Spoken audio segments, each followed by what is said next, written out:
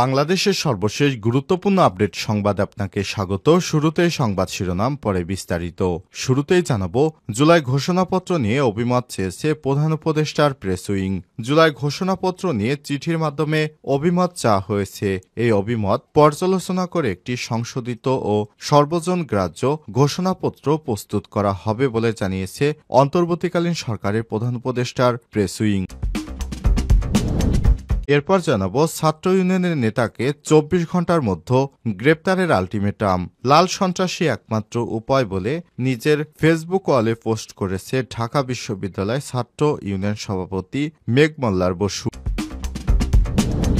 এদিকে খালেদা জিয়ার চিকিৎসায় বসছে মেডিকেল বোর্ড, দোয়া চাইলেন তারেক। বৈঠকে বসছে বিএনপি চেয়ারপারসন বেগম খালেদা জিয়ার চিকিৎসায় গঠিত মেডিকেল বোর্ড। স্থানীয় সময় গতকাল বিকেলে ৫:৩০টার দিকে, বাংলাদেশ সময় রাত ১১টার দিকে অনুষ্ঠিত ওই বৈঠকে যুক্তরাষ্ট্রের জনস হপকিন্স হাসপাতালের চিকিৎসকরাও ভার্চুয়ালি অংশ নেন।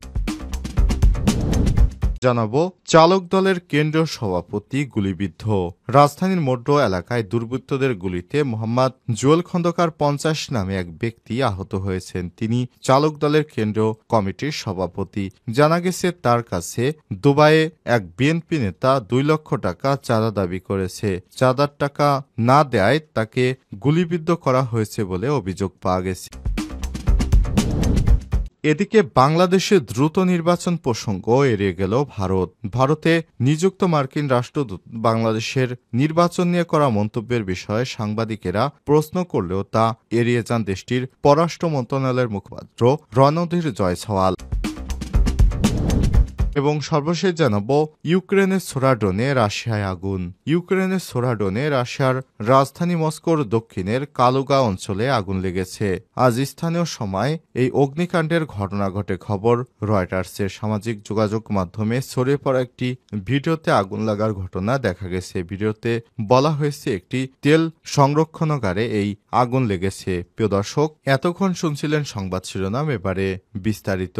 তবে তার আগে বন্ধুরা, অনুরোধ থাকবে সংবাদটিতে একটি লাইক দিন। এই চ্যানেলে আপনি নতুন হয়ে থাকলে আমাদের সংবাদটি দেখতে দেখতে চ্যানেলটি সাবস্ক্রাইব করে রাখুন। কমেন্ট করে আপনার মূল্যবান মতামত জানিয়ে দিন আপনি বিশ্বের কোন দেশ থেকে বা বাংলাদেশের কোন স্থান থেকে আমাদের সংবাদটি দেখছেন এবং শুনছেন। এবারে বিস্তারিত। ছাত্র ইউনিয়নের নেতাকে ২৪ ঘন্টার মধ্যে গ্রেপ্তারের আলটিমেটাম। লাল সন্ত্রাসী একমাত্র উপায় বলে নিজের ফেসবুক ওয়ালে পোস্ট করেছে ঢাকা বিশ্ববিদ্যালয় ছাত্র ইউনিয়নের সভাপতি মেঘ মোল্লার বসু।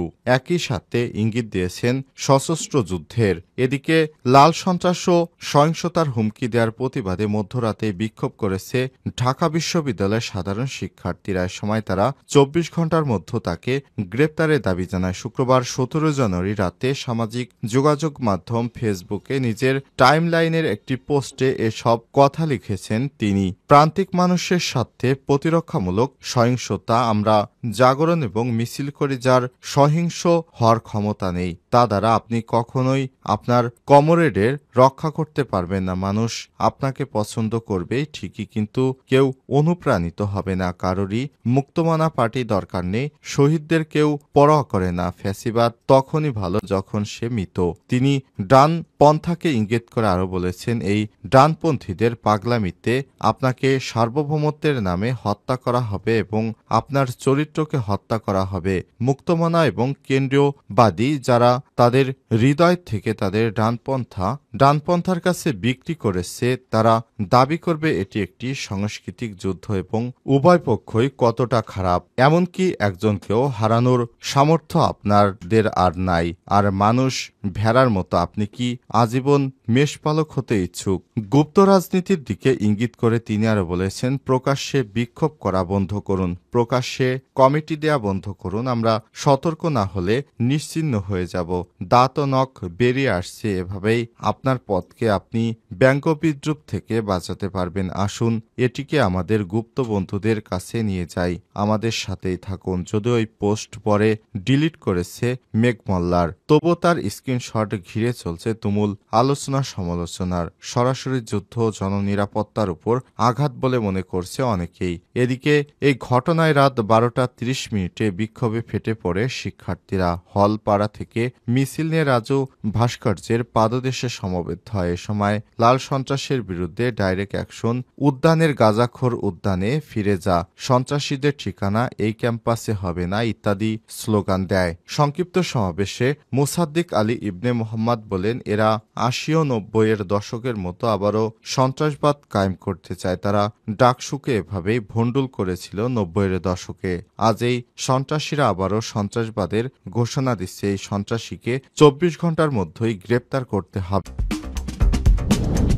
জুলাই ঘোষণাপত্র নিয়ে অভিমত চেয়েছে প্রধান উপদেষ্টার প্রেস উইং। জুলাই ঘোষণাপত্র নিয়ে চিঠির মাধ্যমে অভিমত চাওয়া হয়েছে। অভিমতগুলো পর্যালোচনা করে একটি সংশোধিত গ্রহণযোগ্য ঘোষণাপত্র প্রস্তুত করা হবে বলে জানিয়েছে অন্তর্বর্তীকালীন সরকারের প্রধান উপদেষ্টার প্রেস উইং। শনিবার ১৮ জানুয়ারি সকালে প্রধান উপদেষ্টার উপপ্রেস সচিব আবুল কালাম আজাদ মজুমদারের পাঠানো এক বার্তায় এসব তথ্য জানানো হয়েছে। বার্তায় বলা হয়েছে, ঘোষণাপত্র নিয়ে গত বৃহস্পতিবার ১৬ জানুয়ারি সর্বদলীয় সংলাপের পরবর্তী কর্মপন্থা হিসেবে গণ অভ্যুত্থানে অংশ নেওয়া রাজনৈতিক দলসহ সব অংশীজন থেকে অভিমত নেওয়া হচ্ছে। আপনাদের সুচিন্তিত অভিমত চিঠি মারফত পাঠাতে পারেন মাহফুজ আলম উপদেষ্টা, প্রধান উপদেষ্টা কার্যালয়, এই ঠিকানায়। আগামী ২৩ জানুয়ারি পর্যন্ত চিঠি মারফত আপনাদের অভিমত জানাতে পারবেন। আরও বলা হয়েছে, এই অভিমতগুলো পর্যালোচনা করে একটি পরিমার্জিত সংশোধিত সর্বজন গ্রহণযোগ্য ঘোষণাপত্র প্রস্তুত করা হবে এবং জনগণের উপস্থিতিতে তা অবিলম্বে ঘোষণা করা হবে। বাংলাদেশের দ্রুত নির্বাচন প্রসঙ্গ এড়িয়ে গেল ভারত। ভারতে নিযুক্ত মার্কিন রাষ্ট্রদূত বাংলাদেশের নির্বাচন নিয়ে করা মন্তব্যের বিষয়ে সাংবাদিকদের প্রশ্ন করলে তা এড়িয়ে যায় দেশটির পররাষ্ট্র মন্ত্রণালয়ের মুখপাত্র রণধীর জয়সওয়াল। শুক্রবার ১৭ জানুয়ারি ভারতের পররাষ্ট্র মন্ত্রণালয়ের সাপ্তাহিক ব্রিফিংয়ে বিষয়টি উঠে আসে। ওই ব্রিফিংয়ে সীমান্ত চুক্তি পর্যালোচনার বিষয়ে অন্তর্বর্তীকালীন সরকারের মন্তব্য নিয়েও কিছু বলতে চায়নি জয়সওয়াল। তবে দুটি বিষয় ভারতের সরকারি সংস্থান আরেকবার ব্যাখ্যা করা হয়েছে। তবে মার্কিন রাষ্ট্রদূতের মন্তব্য অথবা দ্রুত নির্বাচন প্রশ্নে কোনো মন্তব্য না করলেও বাংলাদেশের সঙ্গে ভারত কী ধরনের সম্পর্ক চায় সেটি ব্যাখ্যা দিয়েছে। মুখপাত্র বলেন, ভারতের পররাষ্ট্র সচিব বিক্রম মিস্ত্রি সম্প্রতি বাংলাদেশে গিয়ে স্পষ্টভাবে জানিয়ে এসেছে, ভারত ইতিবাচক মনোভাব নিয়েই এগোতে চায়। বাংলাদেশের জনগণের সঙ্গে ভারত সুসম্পর্ক চায়, যাতে দুই দেশের জনগণের মঙ্গল হয়। জয়সওয়াল বলেন, এটাই আমাদের মনোভাব বরাবর, তা জানানো হয়েছে। এই মনোভাব ইতিবাচক এবং এই মনোভাবই বহাল থাকবে।